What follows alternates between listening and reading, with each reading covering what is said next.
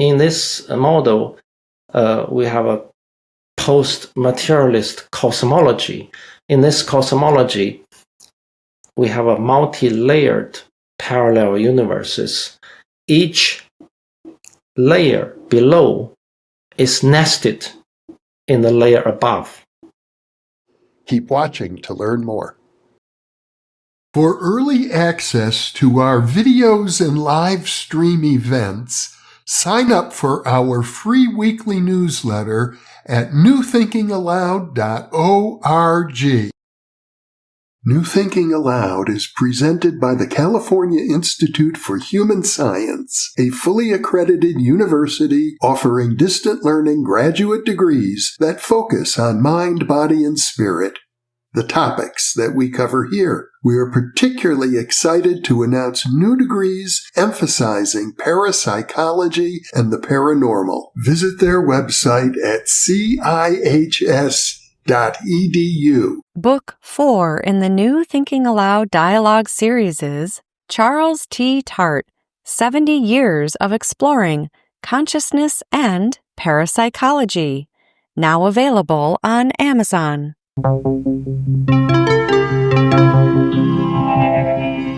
Thinking Aloud. Conversations on the leading edge of knowledge and discovery with psychologist Jeffrey Mishlove.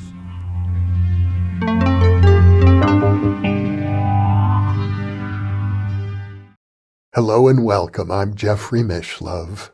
Today we are going to explore the Dodleston Messages, one of the most unusual cases ever to occur.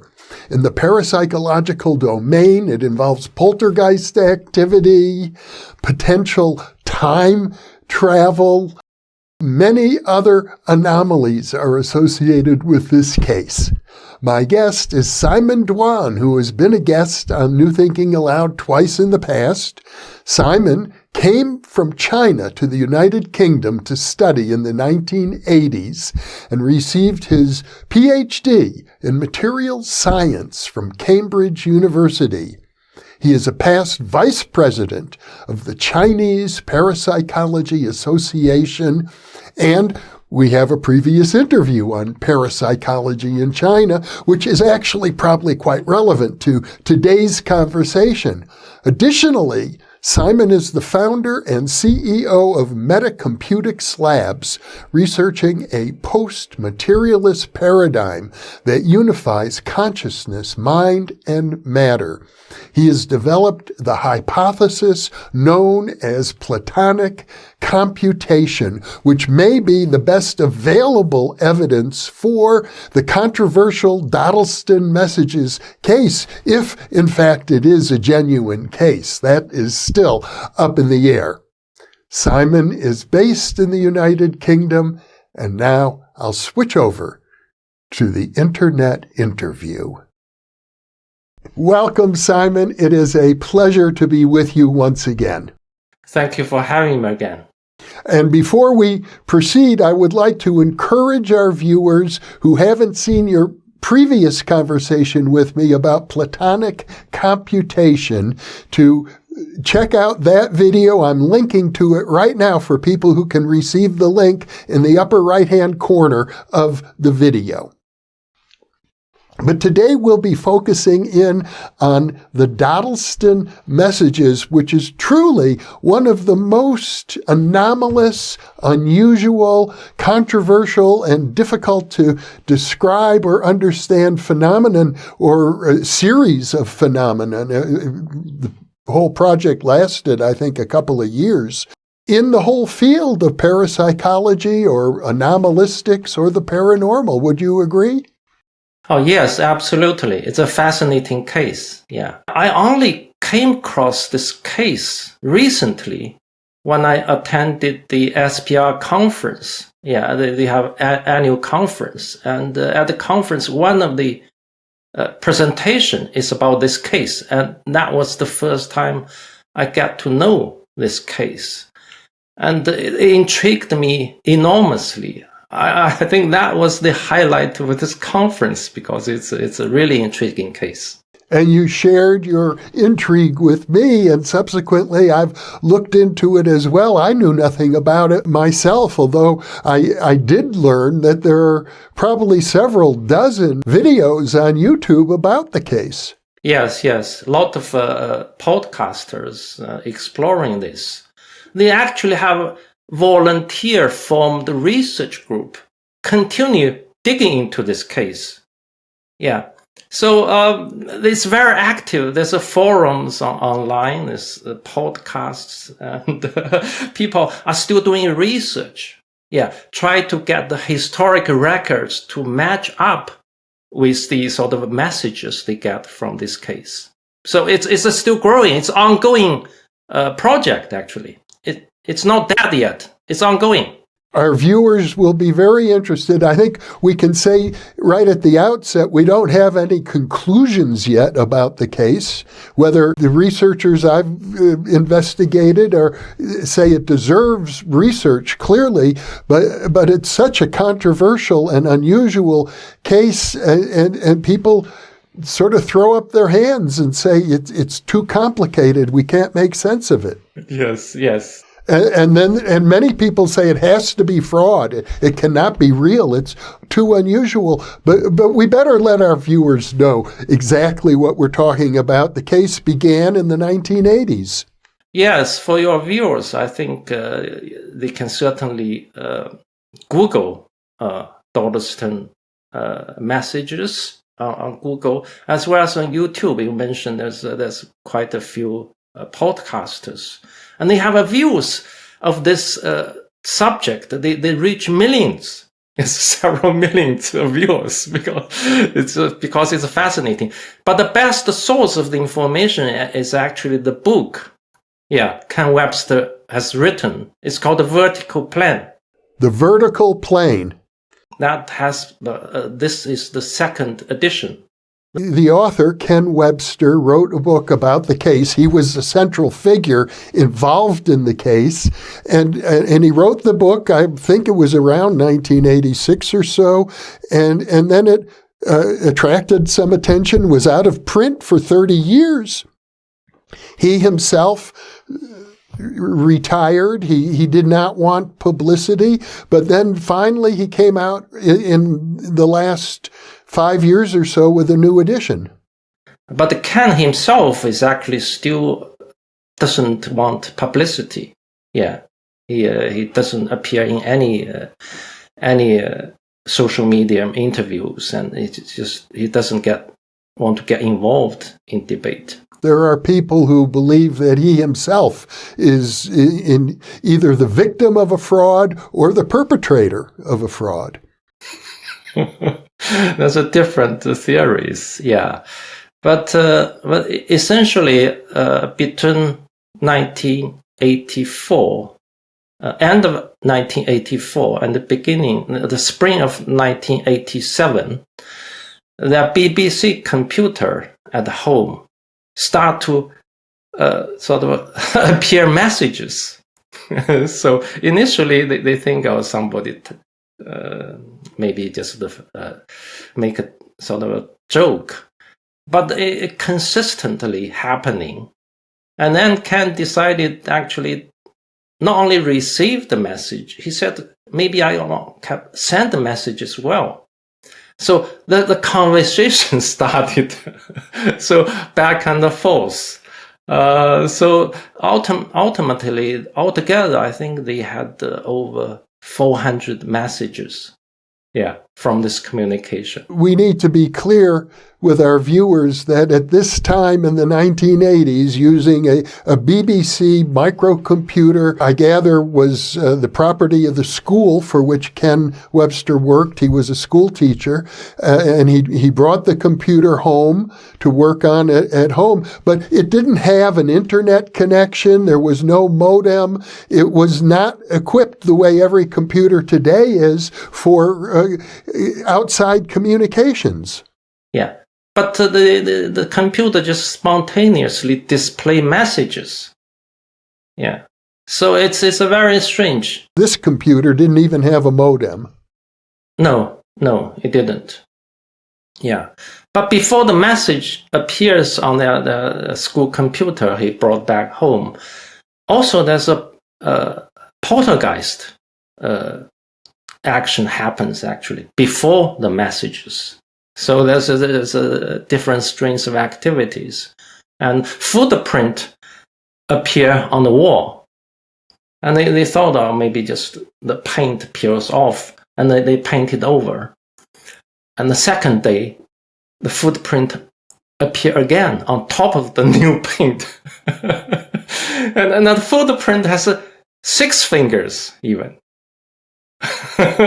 So then they realized there's something strange happening.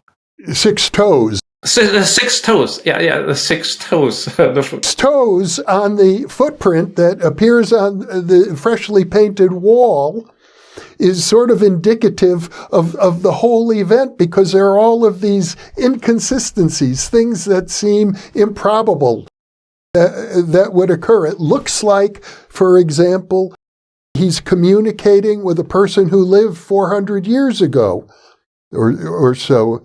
But there are many inconsistencies with any single hypothesis you might bring to bear. Yeah, it's complicated cases, because there's so many messages. But significantly, one of the messages says, this is my home. You actually stay in my place. And he actually signed his name initially. Initially, he was called Lucas. Yeah. Then substantially, this sort of entity called himself Thomas, and he said he lived in 1541. He lived in this house in 1541, and then can ask him about facts about that time, and he provided a lot of historical factors, including many people's name during that time. So that actually provided a clue for people to dig into the history, see whether his message, his information was correct. And also the language wasn't the modern English. Yeah, it's early modern English in 16th century English. So nowadays you can't even read it properly. But Ken happened to have an expert colleague in his school who can understand the early modern English language, and he helped him to translate the messages. The colleague, a friend named Peter, became very involved. He was a teacher of linguistics, I think, at the same school where Ken taught, and he did a lot of research on the messages, and even went so far as to personally interact with the entities. Interact is a funny word because, as we say, the computer had no modem, but the messages appear on the computer screen. And then in order to respond, they would type more messages onto their own computer screen. And often they would walk away or go down to the pub and have a pint or something. And when they returned, there were more messages on the computer from either from the past, or even there were some messages that were from an entity that used the nomenclature 2109 as if it was from the future. Yes. 2009 is another entity which leave message and communicate wisdom through this very old BBC computer. Yeah. So I think your viewers would find it interesting actually to read the book. So there's a lot of more information than the podcast covers, because the podcast only scratch the surface, I guess. And today, I think we can only scratch the surface also. Yeah, but there's a different interpretations. Most interpretations focus on the time travel. Yeah, because the entity is either from the 16th century in the past or 2009 in the future. So how they actually manage to get this message into the present day at the moment in 1980s.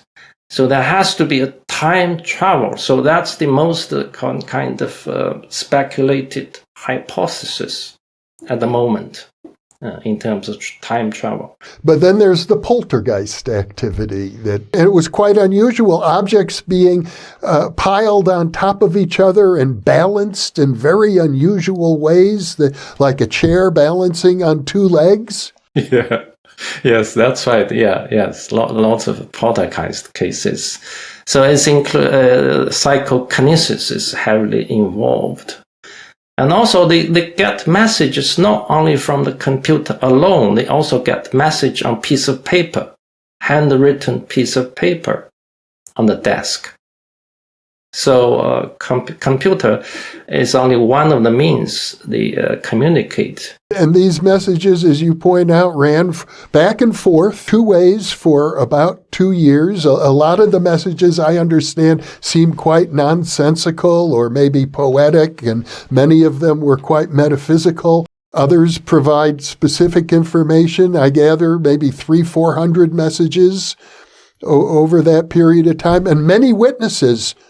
Yeah, it's very difficult to debunk, but because the language they use, I mean, cannot type that message, and no one except Peter you mentioned, who understand early modern English, can make sense of it, and so either Ken and Debbie, his partner, won't be able to fake it. Yeah. And also lots of historical fact are being confirmed, verified day by day, even now. They are still digging into the messages, the matching up with the historical records. It's a very, very complex case. You have an enormous amount of data. You propose that your Platonic computer model is potentially capable of explaining this case in a way that other hypotheses simply fail to do. Most people try to explain this phenomena, assuming it's true. Yeah, in terms of time travel, they use physics for kind of time travel, assuming entity from the past or future travel into 80s and type the messages. I interviewed the author Eric Wargo, who wrote a book on time travel. However, I'm trying to develop a post-materialist scientific paradigm. So in that paradigm, not only the physical reality is real, but there's other realities are also real, or even more real. So in the post-material science paradigm, we actually expand the science. Yeah, not only the physical reality as a sort of object to study, but the non-physical reality also should be included, and to actually expand the paradigm to including non-physical entities, non-physical existence, and unusual phenomena which cannot explain by physicalist science paradigm we have now. So the Platonic computer model suggests that there's a Platonic realm, which is obviously a very ancient idea, goes back to Plato. And that realm is able to influence experiences that we have here in the physical realm. That's correct. There's different realms. Yeah, physical realm is only a shadow or poor imitation of this realm of forms. Yeah, in the realm of forms, you have entities, you have archetypes which are more real than this physical reality. So in the last 400 years, we actually turn it upside down, which is a mistake, I think. Yeah, So we think physical reality is real. Anything non-physical, non-tangible is not real. Yeah, that's a mistake. Yeah. So to understand the Platonic computation, we have to accept the Platonic realm exists. And one step further, we have to accept it's even more real. Yeah. So based on this promise, I actually built the Platonic computation model. Although materialist science dismiss Plato, actually they are using it all the time, because modern science is based on physics, and physics is based on mathematics. Yeah, even the particles nowadays, you have to describe it with wave function and with mathematics. Yeah, so therefore they based on their hypothesis, on their theories, on mathematics, and the mathematics derived from entities which are not in physical space. Yeah, it's outside the physical space. Mathematics is based on the natural numbers. Yeah, natural numbers is not in physical space. It's non-physical. I understand that most mathematicians consider themselves Platonists. Yes, they have to. Otherwise, where can they locate mathematics? Because mathematics is non-local. Okay, non-local means it's not in this space.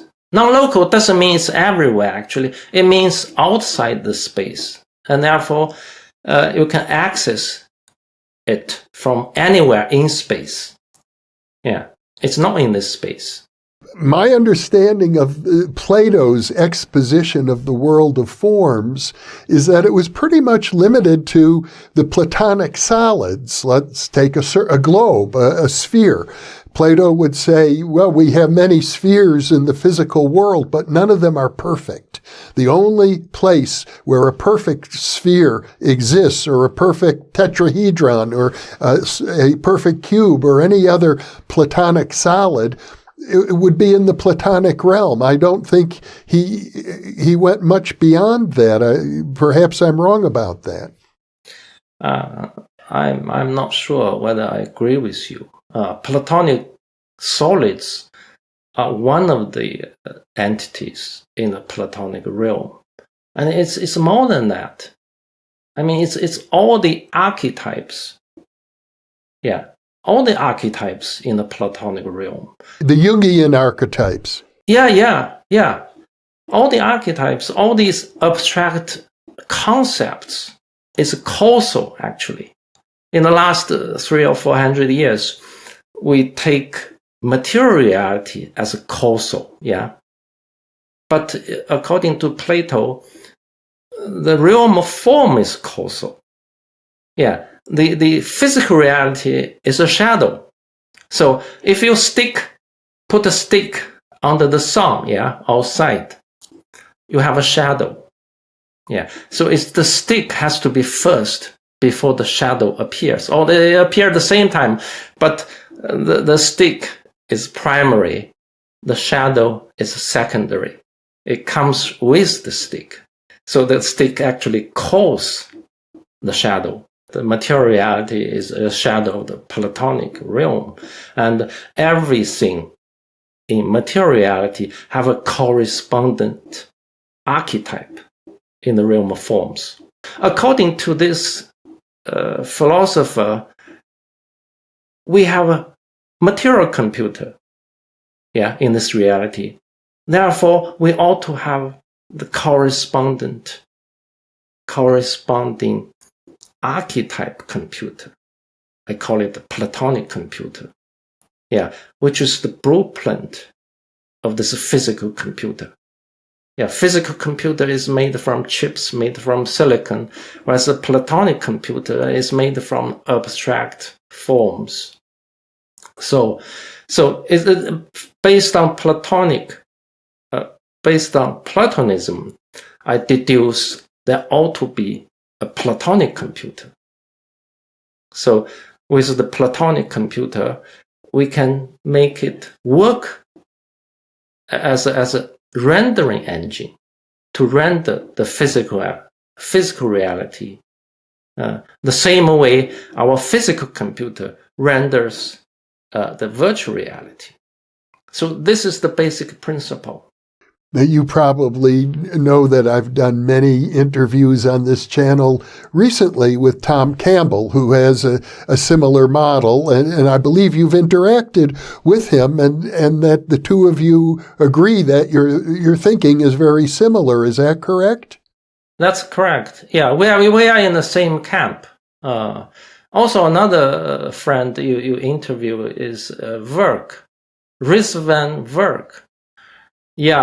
Yeah, we attend the same conference. We speak as a panelist. So we are certainly in the same camp.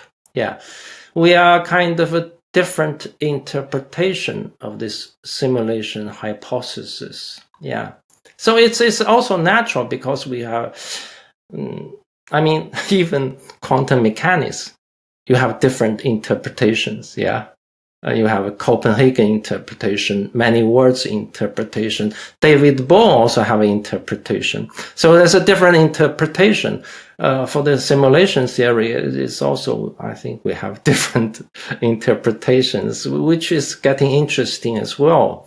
But fundamentally, we all agree this universe is output of computation. Yeah.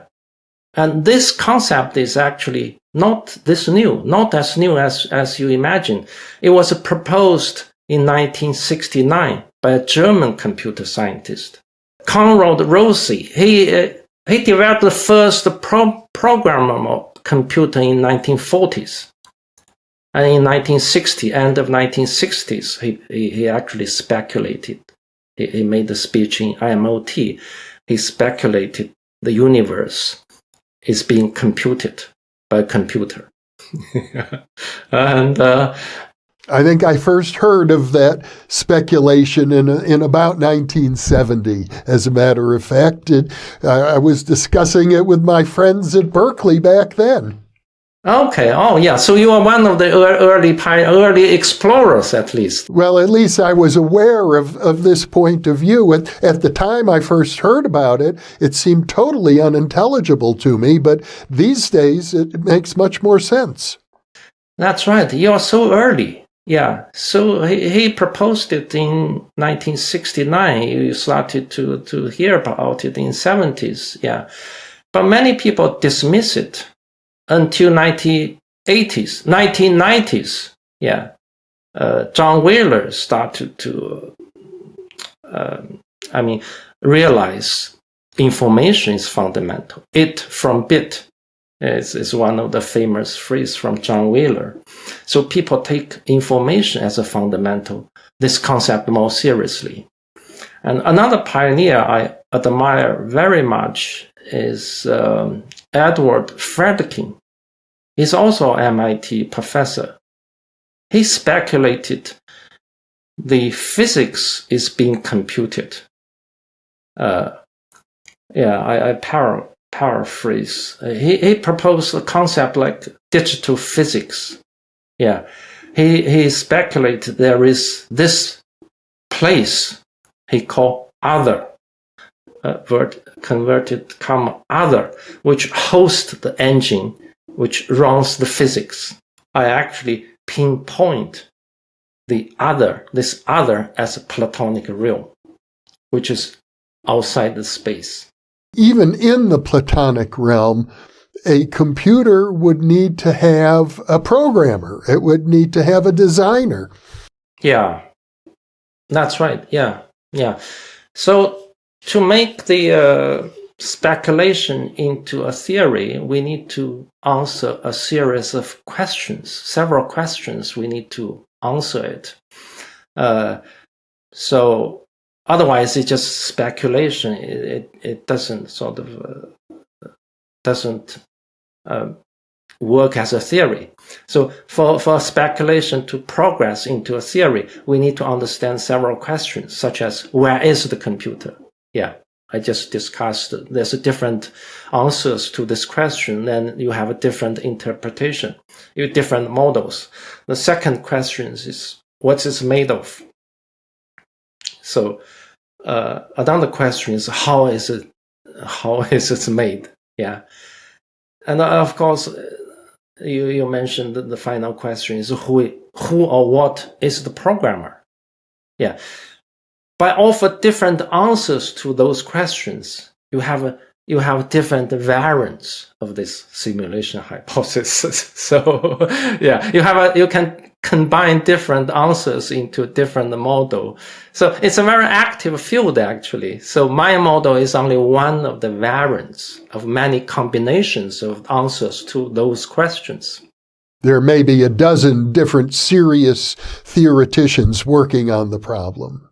Yeah, I hope so. Because for me, model isn't the reality. Yeah, model is just tools we can use to answer questions, to offer perspectives, to solve problems. And the more tool we have, more powerful we become, because we can offer different perspectives. But it's a mistake to take it as a reality. Oh, this is actually what it is. It is not. It's just a model. Yeah. And in mechanical era, we model universe as a clock, because the clock and the watches are the most advanced technology. When the human society was electrified, we had electricity. So we modeled the micro-universe using electricity, electrically charged particles. Nuclear is positively charged. Electron is negatively charged. We use electricity. Nowadays, we are in the information age. We have AI age. We use new metaphors to understand. Maybe a few years later, we have a different metaphor, then we have different answers, different theories again. So, yeah, we shouldn't take it seriously. But with the theory as a tool, it's like a microscope or telescope. We can see things not easily seen. We have perspectives, and we have a new understanding of the reality. I went so far, Simon, as to ask ChatGPT, from your perspective of the Platonic computer, how are you likely to explain the Dodleston Messages? And what it suggested to me was that you would probably say, and obviously want your feedback, that the messages were not coming from the past and from the future, but they were coming from the Platonic realm, where different layers of information processing, including information from both the past and the future, were being, what would be the word, synthesized, perhaps. Yeah, I'm impressed with that answer, actually. ChatGPT is getting really intelligent nowadays. So I'm very impressed, actually. Because this Platonic computer can operate at a different clock speed. At each clock speed, it renders different. At each clock speed, it renders a particular universe, particular layer of universe, which operate at a different frequency. Yeah. So the clock speed determines the refresh rate of this rendering. Update rate, yeah. Update rate determines the vibration frequency of that universe. Because the computer can operate at different clock speed, therefore it produces a layer upon layers, multi-layers of parallel universes. Yeah, each layer operates at a different vibration frequency according to the clock speed of Platonic computation. So it's a multi-layered parallel universes. So that's what beyond this physical reality. Yeah, physical reality is one of the layers rendered by this Platonic computer. So there's many layers, and we actually, as one of the layers in the cosmos, also are producing another layer below us, which is virtual reality. Yeah. So virtual reality is one layer below us, but above us is non-physical reality, rendered by the Platonic computer. Because each layer of the parallel universe in my model need an observer. Yeah. Otherwise, it's meaningless. So who is observing the parallel universe above us? Yeah. In the physical reality, we have ourselves, a physical person, to observe the physical reality. At the level above us, it's our higher self. Yeah. It's our higher self. So our higher self also exists at all levels of the parallel universes. And the level below as well. When we play a virtual reality game, we play a video game, our lower self is the avatar. Yeah. Yeah. So our higher self is the player of this physical avatar. Yeah. So it's the player which plays the level below. Yeah. And the player is the higher self relative to the lower level reality. Yeah, just like we play the avatar in the video game, our higher self play this avatar as a physical human body. So, but this higher self is also a nested being, like nested dolls, like nested Russian dolls. Yeah, when we sort of when we descend into the level below, into the virtual reality, into a video game, into a avatar, we layer attributes of an avatar. If we play a football game, we layer an attribute of football player. We play the football game. Yeah. When our higher self descend into this physical reality, we layer ourselves a physical body. Yeah. So in this model, we have a postmaterialist cosmology. In this cosmology, we have a multi-layered parallel universes.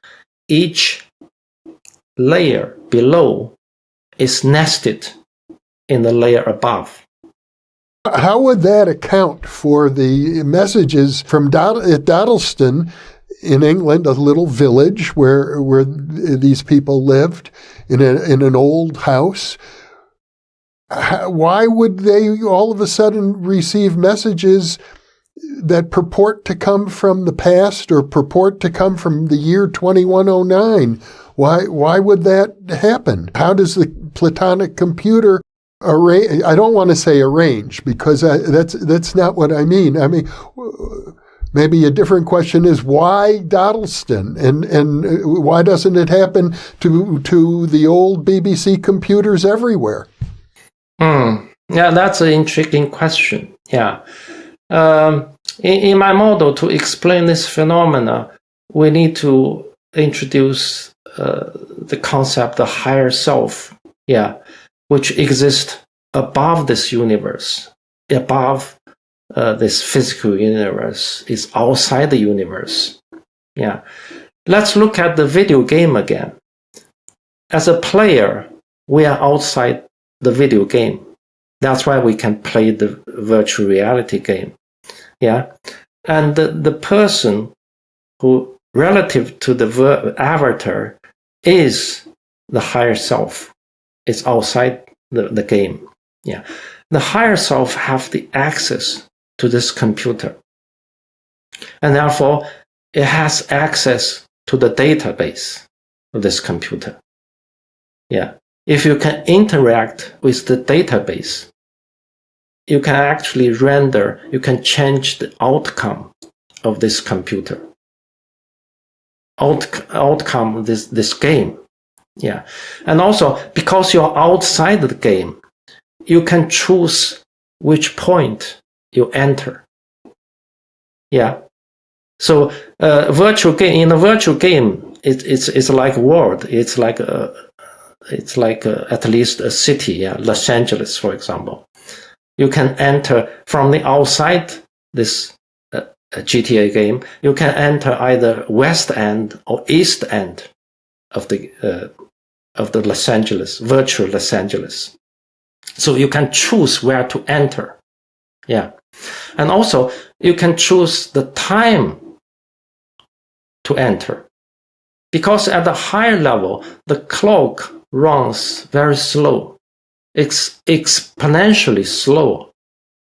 When you sort of ascend to the different level of reality, the clock speed slow down exponentially. Yeah, therefore, at a high level, the present moment at a high level encompass past, present, and the future of the lower level. So you can actually enter into different space at the lower level and also different time of that lower level reality. So you have a freedom to manipulate it as well. Yeah, because you have a database, you can actually find out who actually lived in this house in Dodleston 400 years ago. You can gather some information and you can play that role to send the messages. Yeah, because at the higher level, you can also manipulate the computer, therefore manipulate the outcome of the computer, manipulate the rendering of the computer. Yeah. So at a high level, again, using the Platonic sort of concept, yeah, everything in the physical reality has a higher and more real, more substantial existence. At this level nowadays, we have AI, which is built based on the physical computer. At a high level, I think there ought to be also, I call it divine intelligence, not the artificial intelligence, divine intelligence based on the Platonic computer. So the higher beings can interact with the divine intelligence as a machine to give it the prompt. Yeah. Then the machine actually render the result for you. Yeah. Again, come back to the virtual reality game. Nowadays, we don't have to actually type or code. We can just give it the prompt, give it the verbal instruction. Yeah. Let there be a dragon. No, the dragon will appear. Yeah. Type me a sentence like this. You just dictate and it types for you. Again, in this case of Dodleston's messages, I think the higher being can just give a prompt. At the high level, you don't even need language. You just give it a sort of a verbal, not verbal, just give a mental instruction. Then this divine intelligence will actually perform that function for you to display any message, display any information, and pretend to be anybody in the past and the future. So that's how I would like to interpret this case. It would suggest then that there is a higher intelligence perhaps behind the whole 2-year-long episode, including back and forth communications with different people and many messages that seem completely nonsensical or things that contradict themselves. From my point of view, it might be the case that a higher intelligence decided to help us along in our evolutionary journey by giving us a puzzle to solve that seems almost impossible. That's a good insight, actually. Yeah. And the higher intelligence it's not somebody else. It's our higher self. Yeah. And when we go down from the higher level to lower level, we actually cover ourselves by contents. Therefore, the authentic kind of quality are being covered layer by layer until at this level we become quite dumb. Yeah. Compared with the higher level beings. Yeah. Because we covered up. As a Russian doll, we put layer upon layer of a body, put layer upon layer of contents, which cover the true nature of ourselves, which is love, which is the truth, which is the beauty, which is the expansiveness. So all those qualities getting covered and covered until we come to this level. And when we go down further into the virtual level, there is not much love anymore. There's a lot of killing game, lot of violence. Yeah. So the higher intelligence actually definitely more intelligent. Yeah. And one expression of intelligence is actually humor. As you indicated, maybe just play something with us. Yeah. Because they have a sense of humor. And they can sort of play some games with us, yeah, or just create a puzzle for us. You're suggesting then that all of the mysterious things, like why this particular house in this village and why the messages began at a certain point in time and then ended at a certain point in time, those would have all been, I assume, decisions made by some higher self entity. Yes, that's right. Yeah. Ultimately, we share the same higher self because it converges. Yeah. So the layer upon layer is not like a turtle all the way. It actually converges. Our higher self converges when we ascend. Yeah. At certain levels, we converge as the angels. or demons, or God with a small g. Yeah. Eventually, even the God of the with a small g converge into the ultimate. Yeah, which people call big G, God or Tao.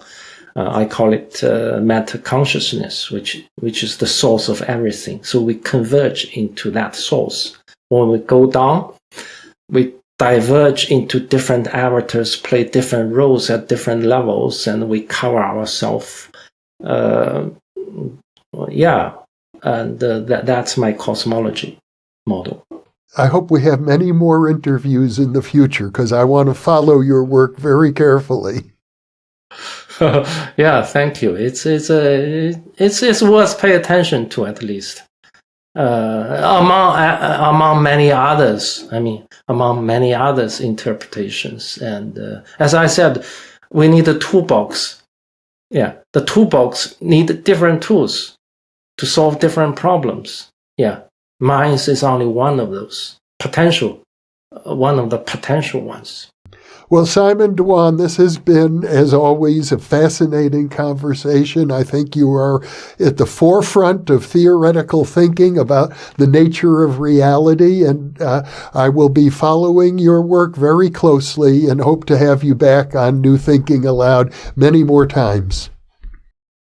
Thank you so much for your interest and for your encouragement. I really appreciate it. Yeah, I'm of course follow your work as well. I learn from so many different guests you invite. It's a source of wisdom. Your channel is a source of wisdom, source of inspiration. So I applaud to you. You make tremendous contribution to our sort of civilization moving forward. Thank you for that. Thank you, Simon. And for those of you watching or listening, thank you for being with us, because you are the reason that we are here.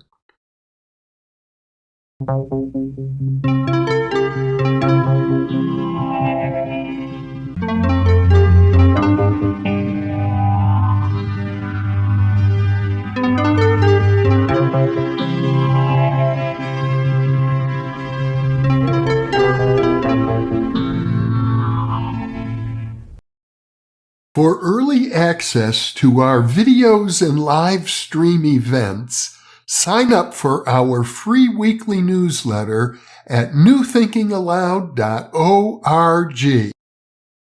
Book 4 in the New Thinking Aloud dialogue series is Charles T. Tart, 70 Years of Exploring Consciousness and Parapsychology, now available on Amazon. New Thinking Aloud is presented by the California Institute for Human Science, a fully accredited university offering distant learning graduate degrees that focus on mind, body, and spirit. The topics that we cover here. We are particularly excited to announce new degrees emphasizing parapsychology and the paranormal. Visit their website at cihs.edu. You can now download all 8 copies of the New Thinking Aloud magazine for free, or order beautiful printed copies. Go to newthinkingaloud.org.